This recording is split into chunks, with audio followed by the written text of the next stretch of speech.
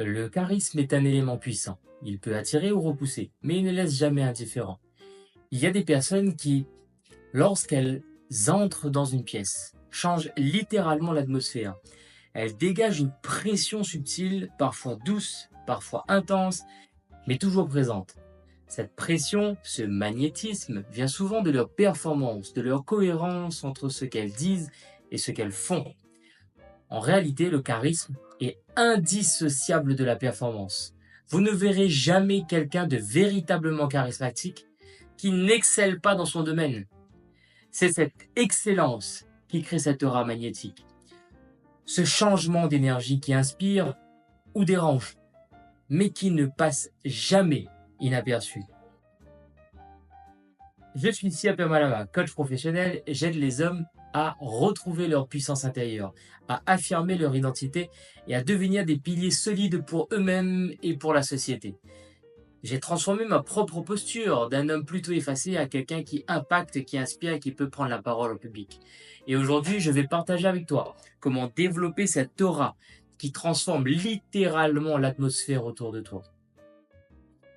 La vraie question est donc, comment peut-on impacter un environnement simplement par sa présence? Comment devenir cette personne qui, par sa simple entrée dans une pièce, élève l'énergie, pousse les autres à être meilleurs et à créer une dynamique positive et puissante? Dans cette vidéo, je vais te donner 5 astuces concrètes pour développer cette aura, ce charisme de haut niveau. Est-ce que tu es prêt? Ok. L'astuce 1, incarner la performance avant de chercher à impressionner. Le charisme commence par la performance, c'est une vérité universelle. Les personnes les plus charismatiques sont celles qui performent dans leur domaine, qu'il s'agisse de sport, de business ou d'art. Elles ont des résultats tangibles parce que la performance génère une certaine autorité naturelle, sans besoin d'autoritarisme. Quand tu es performant, tu n'as pas besoin de te défendre ou de te justifier. Ton aura parle pour toi. Tu dégages naturellement cette pression douce, mais palpable, qui influence ton environnement. Ça me rappelle, sur Instagram, il y a une photo en ce moment de LeBron James qui circule et qui écrit Aura. Ou alors, récemment, j'ai observé un jeune qui fait du twirling bâton. À chaque fois qu'il entre sur scène, l'énergie de la salle change instantanément. Il y a une tension douce, une attente palpable, comme si tout le monde savait qu'il allait se passer quelque chose. Il va se passer un truc de remarquable. Et pourtant, on reste surpris par le niveau de performance qu'il a. Et c'est exactement cette aura-là qu'il faut chercher à développer.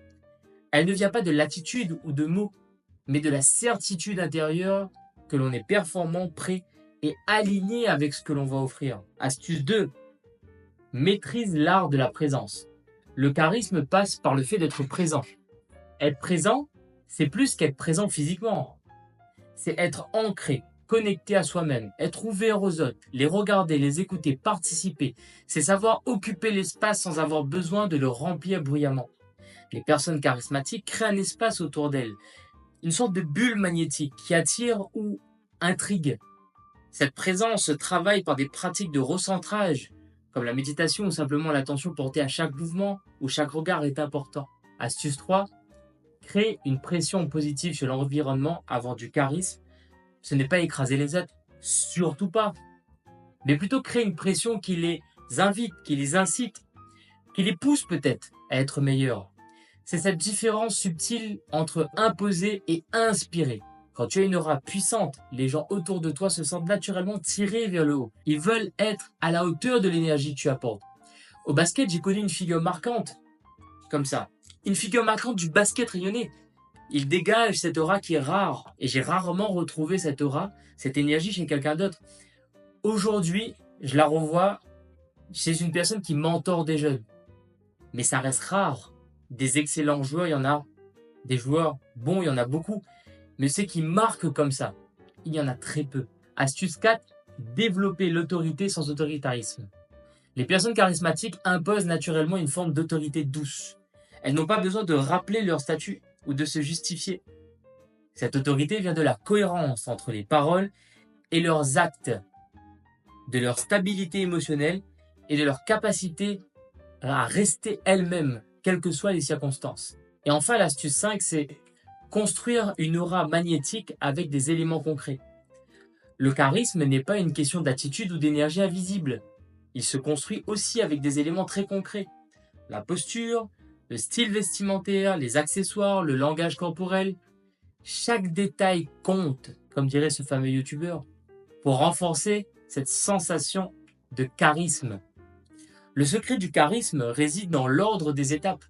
Il faut d'abord être charismatique, ensuite avoir du charisme, et enfin, naturellement, vous allez faire des actions charismatiques. Trop souvent, on cherche à faire des choses impressionnantes pour devenir charismatique, et ça ne fonctionne jamais. La clé, c'est de développer en premier cette sensation intérieure d'être charismatique, de ne pas avoir besoin de se défendre, de simplement occuper sa place avec assurance et bienveillance. Pour illustrer cela, pense à des figures françaises comme Jean Dujardin dont la prestance naturelle capte l'attention dès qu'il entre dans un espace. Ou encore Arthur, en tant qu'animateur qui possède cette capacité rare à créer une ambiance unique simplement par sa manière de se tenir et d'interagir avec les autres. J'aimerais aussi citer Florent Pagny. Par son authenticité et son aura calme, il impose un respect silencieux qui transforme l'énergie d'une pièce instantanément. Et enfin, rappelle-toi que le charisme est un chemin, un processus qui continue et qui ne fait que s'améliorer.